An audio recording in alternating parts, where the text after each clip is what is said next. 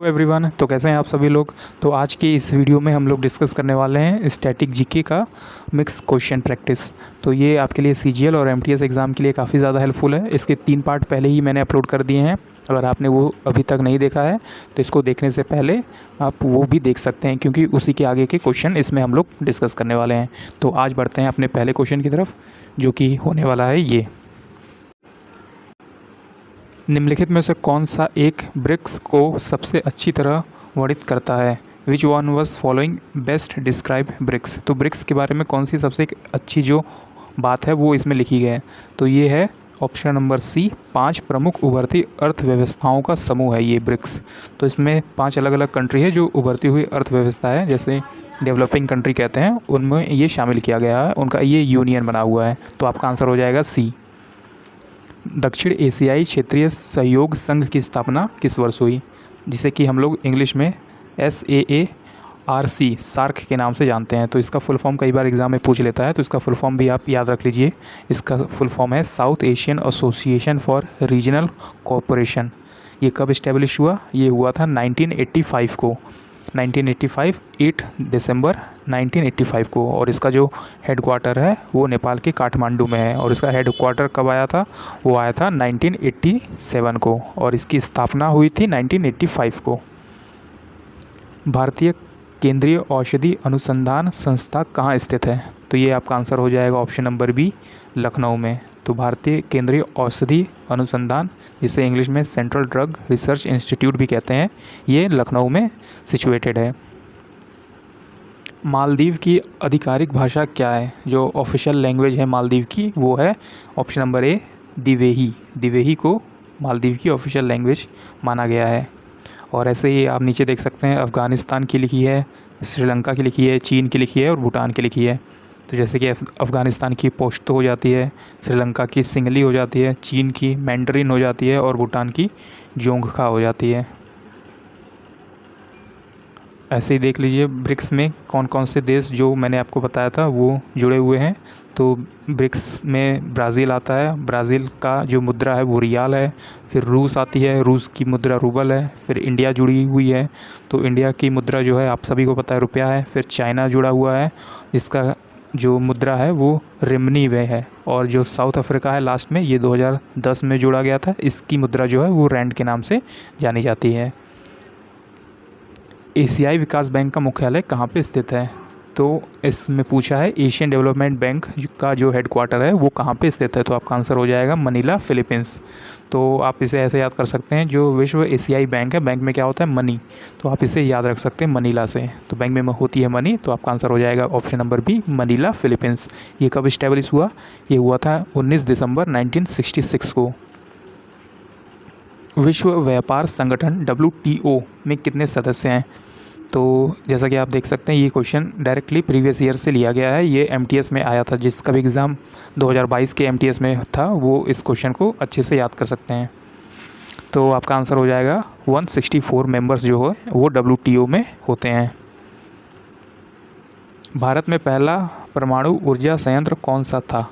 तो आपका आंसर हो जाएगा पहला तारापुर। और ये तारापुर किस जगह पे है? तो ये महाराष्ट्र में है। और ये कब बना था? तो ये बना था 1969 को। वैसे ही आप कुछ परमाणु संयंत्र जो है वो राजस्थान में है और यूपी में भी है। राजस्थान में रावत भाटा है और यूपी में नरोरा है। भारत का सबसे बड़ा परमाणु ऊर्जा संयंत्र कौन सा है? तो जो सबसे बड़ा है वो आ जाता है कहाँ पे? ऑप्शन नंबर बी, कुडनकुलम में। और ये कुडनकुलम कहाँ पर है? ये तमिलनाडु पर है। ये कैसे बना था? तो ये बना था रूस की हेल्प की वजह से और इंडिया से। तो ये दोनों ने मिलकर इस जो परमाणु ऊर्जा संयंत्र है इसे स्थापित किया था। और ये 6000 मेगावाट पर स्थापित है। भारतीय अंतरिक्ष अनुसंधान संगठन इसरो की स्थापना कब हुई? तो जैसा कि आपको पता है इसरो, तो इसरो की स्थापना हुई थी 15 अगस्त 1969 को। और इसका जो हेडक्वार्टर है वो कहाँ पर है? वो है बेंगलोर में। तो आप इसे याद रख सकते हैं, 1969 15 अगस्त के दिन इसरो की स्थापना की गई थी। और इसी से मिलता जुलता DRDO है, डिफेंस रिसर्च एंड एनालाइसिस। और और डेवलपमेंट ऑर्गेनाइजेशन, जिसको इंग्लिश में DRDO कहते हैं, जैसे defence research and development organisation, इसकी स्थापना हुई थी 1958 को और इसका हेडक्वार्टर जो है वो नई दिल्ली में है। निम्नलिखित व्यक्तियों में से किसकी समाधि को विजय घाट के रूप में नामित किया गया है? तो विजय घाट के नाम से जो समाधि है वो है लाल बहादुर शास्त्री जी की। और इसी तरह BR अम्बेडकर की जो समाधि घाट है वो चैत्य भूमि के नाम से है। इंदिरा गांधी की जो समाधि घाट है वो शक्ति स्थल के नाम से है। और जो राजीव गांधी जी हैं उनके नाम से है वीर भूमि। विजय घाट निम्नलिखित में से किस व्यक्ति के समाधि स्थल है? तो विजय घाट ऑप्शन नंबर आ जाएगा पहला, महात्मा गांधी जी का, जो कि राजघाट भी है। निम्नलिखित शहर में से किस शहर का उपनाम ब्लू सिटी भी है? तो ब्लू सिटी किसे नाम जाना जाता है? तो ये जोधपुर को जाना जाता है। जैसे पिंक सिटी जयपुर को जाना जाता है, वाइट सिटी उदयपुर को जाना जाता है, और ग्रीन सिटी जो है वो केरल के नाम से है, और ऑरेंज सिटी जो है वो नागपुर में है। निम्नलिखित में से किसे आंध्र केसरी के नाम से जाना जाता है? तो आंध्र केसरी के नाम से जाना जाता है T प्रकाशन को। तो आप इसे याद रख सकते हैं। किस फिल्म में सबसे अधिक ऑस्कर पुरस्कार जीते हैं? तो आपका आंसर हो जाएगा ऑप्शन नंबर 1, टाइटैनिक। टाइटैनिक ने सबसे अधिक ऑस्कर अवार्ड जीते हैं। घो पुरुष के लिए डैश पारंपरिक और राष्ट्रीय पोशाक है? तो घो पुरुषों के लिए भूटान में इसका आंसर हो जाएगा भूटान, जो कि वहाँ का पारंपरिक और राष्ट्रीय पोशाक है।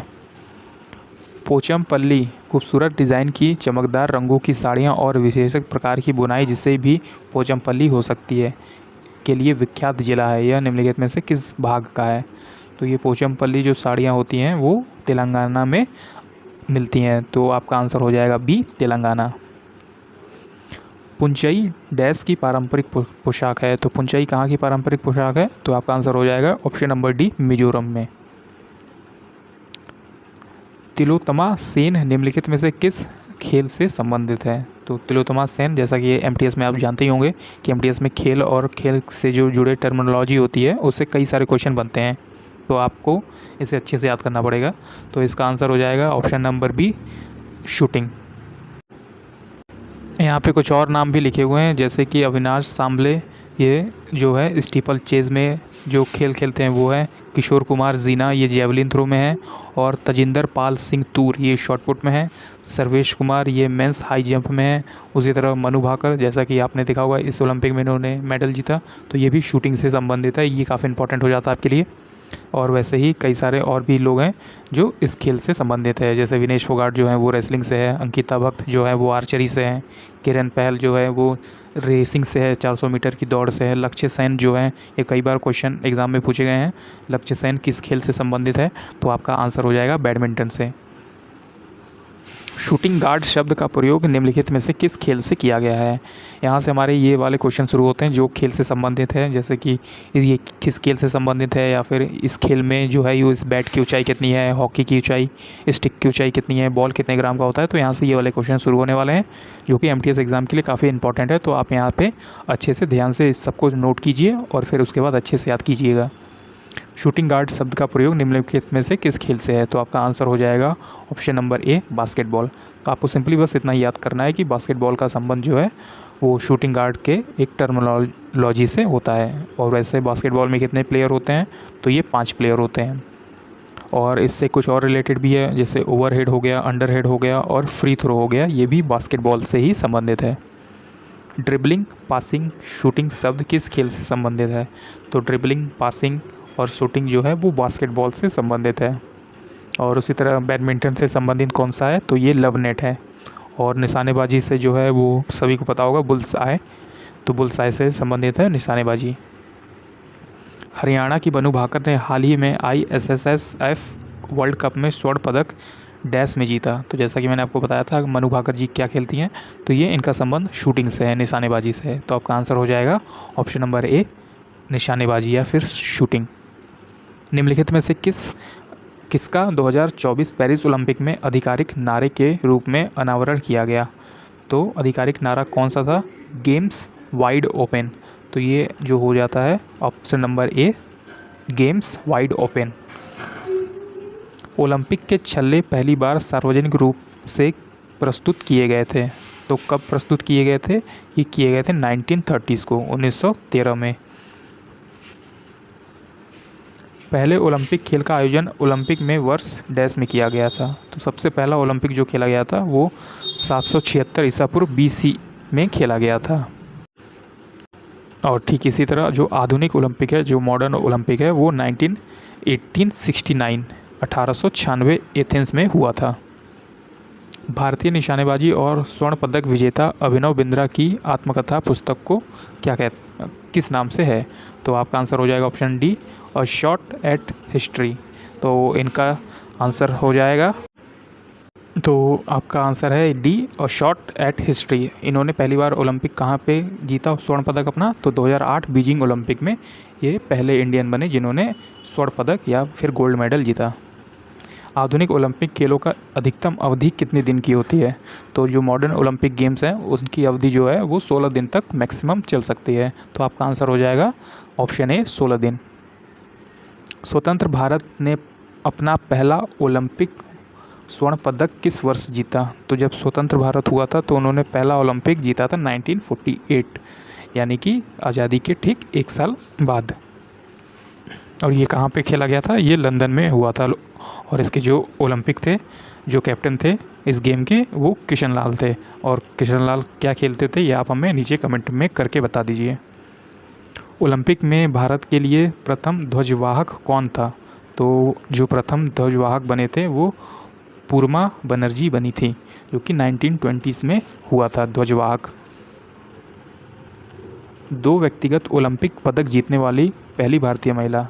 तो जो 2 व्यक्तिगत ओलंपिक पदक पहली बार जीता था वो बनी थी PV सिंधु ने। कब जीता था? 2016 और फिर 2021 में।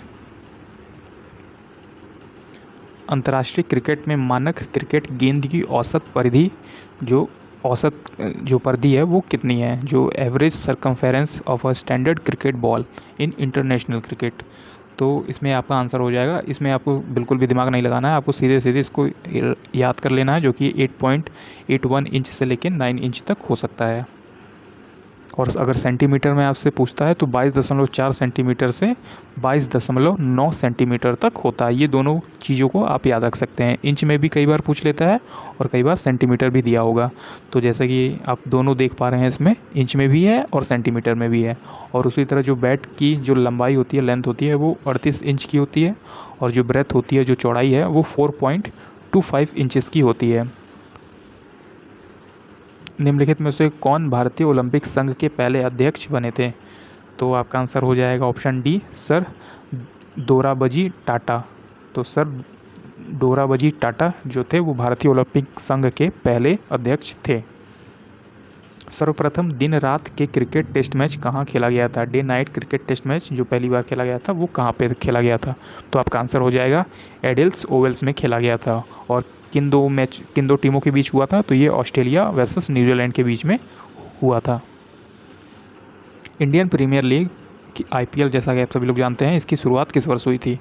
तो इसकी शुरुआत किस वर्ष हुई थी? ये बहुत इजी क्वेश्चन बनता है। तो ये हुआ था 2008 में। और इसका जो प्रथम विजेता थे वो RR थे। RR मतलब राजस्थान रॉयल्स। निम्नलिखित में से कौन सा शब्द क्रिकेट से संबंधित नहीं है? तो ये क्वेश्चन कई बार इंपॉर्टेंट हो जाते हैं और पिछली बार ही MTS में ये क्वेश्चन पूछा गया था। तो आपका आंसर हो जाएगा सी, स्लैम डंक जो है वो क्रिकेट से संबंधित नहीं है।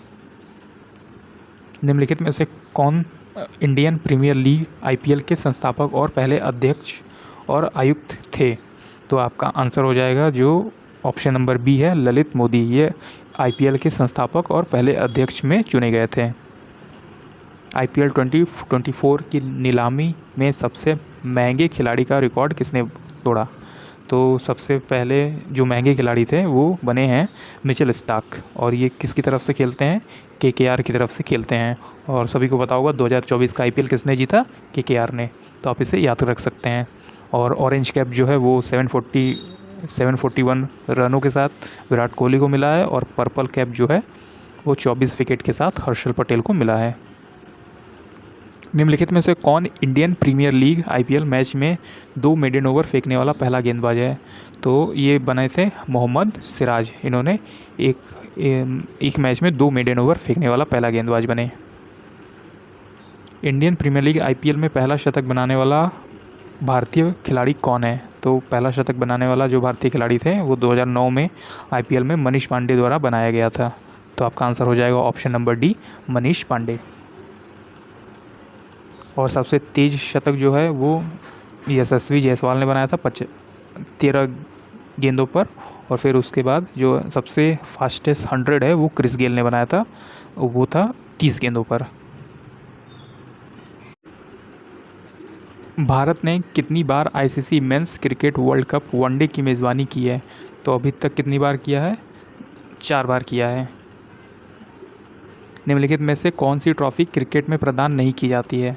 तो वो आपका आंसर हो जाएगा ऑप्शन नंबर सी, जो है वो राइडर कप। राइडर कप जो है वो गोल्फ से संबंधित है, इसलिए ये आंसर हो जाएगा। ये क्रिकेट में नहीं मिलता है। और बाकी कौन कौन से मिलते हैं? तो देवधर ट्रॉफी मिलती है, एसएच कप जो होता है वो मिलता है, और रणजी ट्रॉफी, ये सभी को पता है। तो आपका आंसर हो जाएगा सी, राइडर कप। ये गोल्फ से संबंधित है। भारत ने पहली बार ICC T20 वर्ल्ड कप जो मेज़बानी थी वो किस वर्ष की गई थी? तो ये किया गया था 2016 में। और इंडिया पहली बार T20 वर्ल्ड कप का विनर कब बना? तो 2007 में पहली बार बना था, और अभी जो 2024 में हुआ था जून के महीने में, उसमें ये विनर बने हैं हमारी इंडिया टीम। भारत में पहली बार क्रिकेट विश्व कप डैश ने जीता था। तो सबसे पहली बार किसने जीता था? तो आपका आंसर हो जाएगा ऑप्शन नंबर, भारत ने जीता था 1983 में।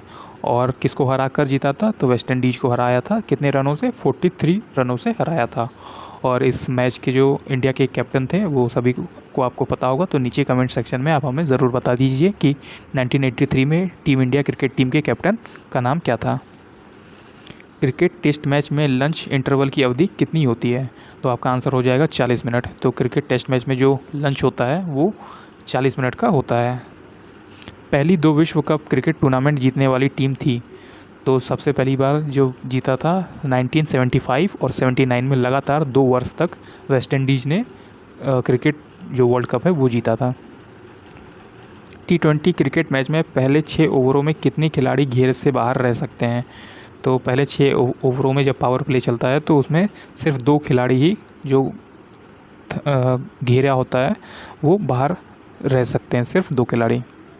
भारत ने अपना पहला एक दिवसीय अंतर्राष्ट्रीय क्रिकेट मैच किस देश के साथ और किस वर्ष खेला गया था? तो पहला एक दिवसीय जो ODI है वो खेला गया था इंग्लैंड के साथ। कब? 1974 में। महेंद्र सिंह धोनी ने अपना पहला एक दिवसीय अंतर्राष्ट्रीय मैच किस देश के खिलाफ खेला था? तो जैसा कि आपको पता होगा कि ये बांग्लादेश के खिलाफ खेला गया था। पहला मैच, डेब्यू मैच भी इसे कह सकते हैं, और 0 रन पे ये आउट हो गए थे। प्रथम फुटबॉल विश्व कप कहाँ और कब आयोजित किया गया था? तो प्रथम फुटबॉल विश्व कप जो है वो आयोजित हुआ था मोंटीवीडियो में, जो कि 1930s में हुआ था। तो मोंटीवीडियो में 1930s में हुआ था, और इसके जो विजेता थे वो उरुग्वे थे, और उपविजेता जो थी वो अर्जेंटीना थी। अंतर्राष्ट्रीय टेस्ट में हैट्रिक लेने वाला पहला भारतीय कौन है? तो अंतर्राष्ट्रीय टेस्ट मैच में, जो इंटरनेशनल टेस्ट मैच में सबसे पहली बार हैट्रिक लिया था हरभजन सिंह ने। निम्नलिखित में से कौन सा शब्द फुटबॉल से संबंधित है? तो आपका आंसर हो जाएगा ऑप्शन नंबर 1, ड्रिबल। ड्रिबल शब्द जो है वो फुटबॉल से संबंधित है। निम्नलिखित फुटबॉल के खेल में गोल पोस्ट के बीच की दूरी डैश होती है, जबकि क्रॉस बार के निचले किनारे से ज़मीन तक की दूरी जो है वो डैश होती है। तो गोल पोस्ट की दूरी जो चौड़ाई में होती है वो 7.32 मीटर होती है, और जो नीचे से लेके ऊपर तक की दूरी होती है ब्रेथ में वो होती है 2.44 मीटर। आप अगर गोल पोस्ट देखेंगे तो आपको ये ध्यान देना पड़ेगा कि कैसी दूरी किस समय पूछी गई है, साइड की दूरी पूछी गई है या फिर नीचे से लेके ऊपर तक की दूरी पूछी गई है। किस देश ने सबसे अधिक बार फीफा फुटबॉल विश्व कप जीता है? तो ये आपका आंसर हो जाएगा ऑप्शन नंबर डी, ब्राज़ील ने 5 टाइम्स जीता है जो फीफा का फुटबॉल विश्व कप होता है वो।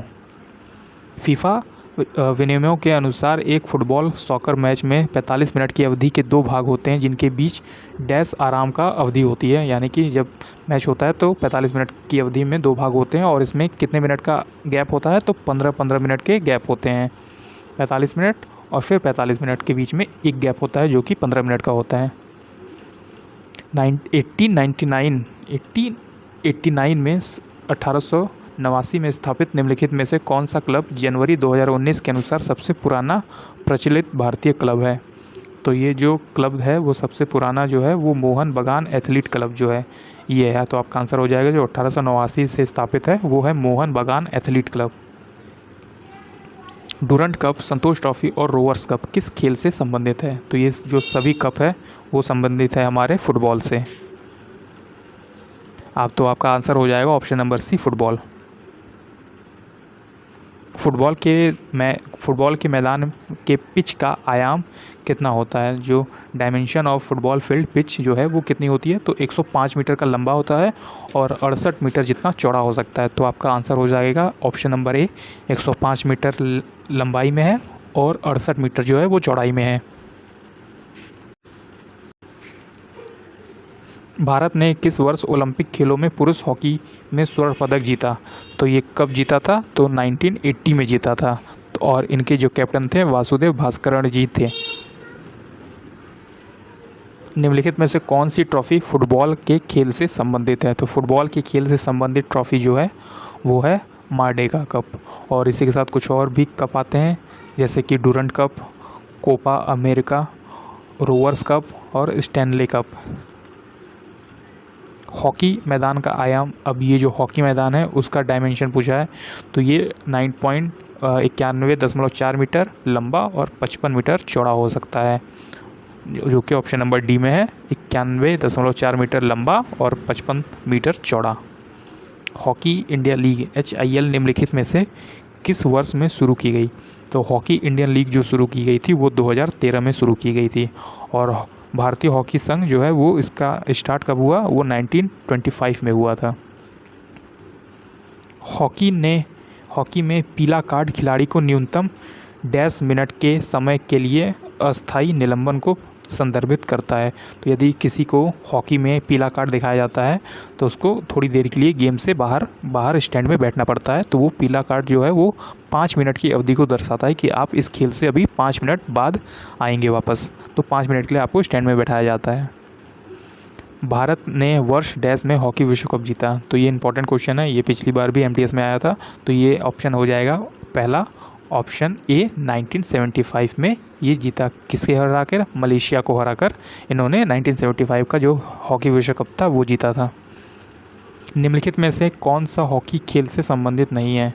तो हॉकी खेल से कौन सा संबंधित नहीं है? वो है ऑफसाइड। ऑफसाइड जो है वो क्रिकेट से संबंधित होता है और जैसे कि बुली, फ्री हिट और पेनल्टी कॉर्नर ये सभी हॉकी से संबंधित है और इसी तरह ऑफसाइड जो है वो क्रिकेट से संबंधित है। अप्रैल 2022 के अनुसार हॉकी मैच की कुल अवधि कितनी हो गई थी? तो हॉकी मैच की अवधि 70 मिनट से घट के 60 मिनट हो गई थी। जैसा कि आपको सभी को पता है शाहरुख खान का डायलॉग, ये 70 मिनट है तुम्हारे पास, तो अब उस डायलॉग को 60 मिनट कर दीजिए आप लोग, क्योंकि अब हॉकी मैच जो है वो 60 मिनट का हो गया है और उसमें 15-15 मिनट के एक हाफ होता है, फिर 15-15 मिनट का दो पार्ट होते हैं। तो पहले जो 15 मिनट का होता है उसमें 2 मिनट का गैप है, फिर उन दोनों के बीच में 15 मिनट का गैप होता है, फिर अगले आधे घंटे का खेल चलता है और जब अगले आधे घंटे का खेल चलता है तो उन दोनों 15 मिनट के बीच में ये 2 मिनट का गैप होता है, जैसा कि अभी आपने स्क्रीन में ऐसा देखा। तो इसी तरह आपका आंसर हो जाएगा ऑप्शन नंबर ए, 60 मिनट का होता है। एक क्रिकेट गेंद का जो वजन है वो कितने का है? तो इस क्वेश्चन में आपसे पूछा गया है जो क्रिकेट की गेंद होती है उसका वजन जो है वो कितना होता है। तो आपका आंसर हो जाएगा 159.9 ग्राम से लेके 163 ग्राम तक होता है। तो आपका आंसर हो जाएगा ऑप्शन नंबर ए, पहला। तीसरी बार हॉकी पुरुष विश्व कप का खिताब किस देश ने जीता था? तो तीसरी बार जो जीता था वो था ऑस्ट्रेलिया। ऑस्ट्रेलिया ने 3rd टाइम हॉकी विश्व पुरस्कार जो है वो अपने नाम किया। खो खो में कितने खिलाड़ी हिस्सा लेते हैं? तो खो खो में जो है वो 9 खिलाड़ी हिस्सा ले सकते हैं। तो आपका आंसर हो जाएगा यहाँ पे ऑप्शन नंबर सी, 9 प्लेयर। उसी तरह पोलो में जो है वो 4 प्लेयर होते हैं, वाटर पोलो में जो है वो 7 प्लेयर होते हैं, इनमें आप कंफ्यूज मत होइएगा। जो पोलो होती है वो नॉर्मल पोलो में 4 और वाटर पोलो में 7 होते हैं। रग्बी में जो है वो 15 प्लेयर होते हैं और उसी तरह क्रिकेट, हॉकी, फुटबॉल में ये 11 प्लेयर होते हैं। खो खो का रन एंड टच खेल किस भारतीय राज्य से उत्पन्न हुआ था? तो जो खो खो खेल है वो महाराष्ट्र राज्य से उत्पन्न हुआ था। जैसा कि मैंने बताया, खो खो में 9 खिलाड़ी होते हैं और इसका जो स्कोर होता है 8 स्कोर लाइन होता है। वॉलीबॉल में चौथे सेट में कितने अंक होते हैं? तो वॉलीबॉल का जो चौथा सेट है उसमें न्यूनतम जो है वो 25 अंक हो सकते हैं। निम्नलिखित में से कौन सा शब्द कुश्ती से संबंधित है? तो कुश्ती से संबंधित है नेल्सन। तो आपका आंसर हो जाएगा ऑप्शन नंबर डी, नेल्सन। कुश्ती के एक मैच के संदर्भ में निम्नलिखित में से कौन सा सही है? तो इसमें से कौन सा जो है वो ऑप्शन सही है? तो 3 मिनट की 2 अवधि होती है। जो कुश्ती का मैच होता है उसमें 3 मिनट की 2 अवधि मिलती है। कबड्डी खेल के मैदान के किनारों पर अंकित लॉबी की चौड़ाई क्या होती है? तो जो लॉबी होती है कबड्डी खेल के मैदानों में वो 1 मीटर की होती है। तो आपका आंसर हो जाएगा ऑप्शन नंबर सी, 1 मीटर। इन सब प्रश्नों में आपको बहुत ज़्यादा सोचने की ज़रूरत नहीं है, आपको इसमें लिटरली याद करना पड़ेगा हर एक चीज़ और हर एक फैक्ट को। कबड्डी मैच की अवधि कितने मिनट की होती है? तो कबड्डी मैच की जो अवधि होती है वो 40 मिनट की होती है। 20 मिनट पहला और 20 मिनट दूसरा, और इसमें जो है वो 5 मिनट का रेस्ट टाइम मिलता है। उसी तरह जो फीमेल का होता है वो 15 मिनट का पहला और 15 मिनट का दूसरा, और इनके बीच में जो है वो 5 मिनट का गैप मिलता है। डिस्क थ्रो प्रतिस्पर्धा के संदर्भ में महिलाओं के लिए धातु डिस्क का वजन कितना होता है? जो डिस्क थ्रो होता है उसका जो वजन होता है वो महिलाओं के लिए होता है 1 किलोग्राम, यानी कि 1 kg। और इसी तरह जब पुरुष खेलेंगे, जो मेल आएंगे, उनके लिए वज़न हो जाएगा 2 किलोग्राम। और इसका जो डिस्क का थ्रो होता है वो सेम होता है और इसका व्यास जो है 2.5 मीटर का होता है। शतरंज के खेल में कौन सीधे आगे बढ़ता है लेकिन तिरछे हमला करता है? तो आपका आंसर हो जाएगा ऑप्शन नंबर 4, प्यादा। प्यादा जो है वो सीधे आगे बढ़ता है और तिरछे हमला करता है।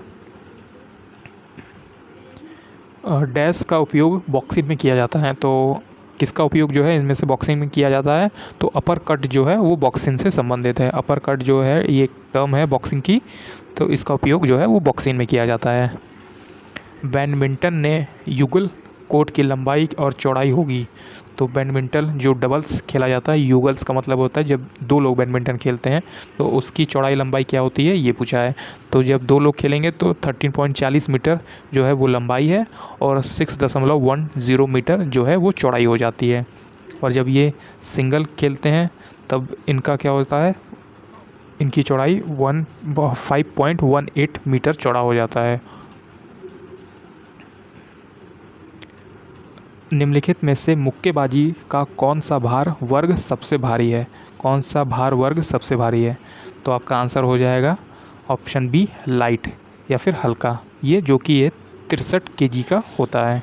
हाँ, आप इसे नाम से कंफ्यूज मत होइएगा, ये इसमें सबसे ज़्यादा भारी जो है उसका नाम लाइट रखा गया है। निम्नलिखित में से कौन सा टूर्नामेंट लॉन टेनिस से संबंधित नहीं है? तो लॉन टेनिस से संबंधित जो है वो मलेशिया ओपन नहीं है।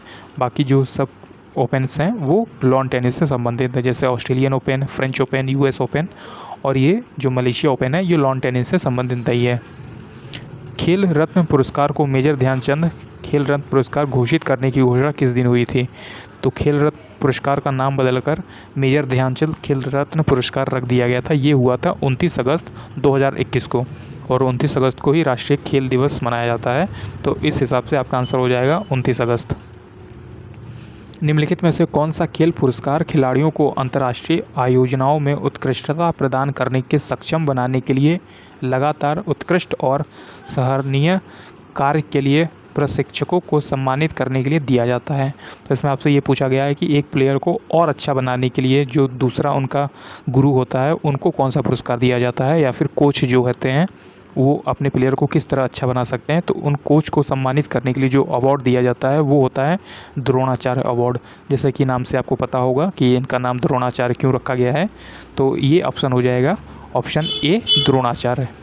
और इसकी शुरुआत हुई थी 1985 में। और उसी तरह जो अर्जुन पुरस्कार है इसकी शुरुआत हुई थी 1961 में। पहले एकीकृत एशियाई खेलों का आयोजन निम्नलिखित में से कहाँ किया गया था? जो पहले एशियाई खेल थे वो हुए थे नई दिल्ली में। कब हुए थे? 4 से 11 मार्च के बीच में 1951 को हुआ था। भारत ने कब राष्ट्रमंडल खेलों की मेज़बानी करी? तो राष्ट्रमंडल खेलों की पहली बार मेज़बानी करी थी 2010 में। कहाँ पे किया गया था? ये नई दिल्ली में किया गया था। तो आपका आंसर हो जाएगा ऑप्शन नंबर डी 2010।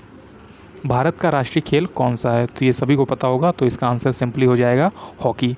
पर उससे ज़्यादा इम्पोर्टेंट है जो इसके ऑप्शन दिए गए हैं, जैसे कि वॉलीबॉल जो है वो नेपाल और श्रीलंका का खेल है।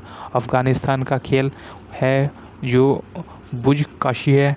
अमेरिका का जो खेल है वो बेसबॉल है। और सांड युद्ध जो है वो स्पेन में खेला जाता है। 36वें राष्ट्रीय खेल निम्नलिखित में से किस राज्य या केंद्र शासित प्रदेश में आयोजित किए गए थे? तो जो 36वें राष्ट्रीय खेल हैं वो गुजरात राज्य में आयोजित किया गया था। यूथ ओलंपिक खेलों का पहला संस्करण जो है first edition youth Olympic games का, वो कहाँ पे आयोजित हुआ? वो हुआ था सिंगापुर में। और ये कब हुआ था? तो 2010 में। ये क्वेश्चन काफ़ी इंपॉर्टेंट है जो कि आने वाले एग्ज़ाम में आपसे पूछा जा सकता है और इससे पहले भी कई बार पूछा गया है MTS के और CHSL के एग्ज़ाम में। तो यूथ ओलंपिक खेल जो है वो फर्स्ट टाइम हुआ था सिंगापुर में। और सिंगापुर में कब हुआ था? तो 2010 में हुआ था। उसी तरह जो यूथ विंटर ओलंपिक है वो हुआ था ऑस्ट्रिया में कहाँ? इंसबुर्ग में हुआ था। और ये कब हुआ था? तो 2012 में हुआ था, जैसा कि आप नीचे देख पा रहे होंगे, नीचे लिखा हुआ है सर ने। शीतकालीन युवा ओलंपिक खेल 2024 डैश आयोजित किया। तो किसने आयोजित किया?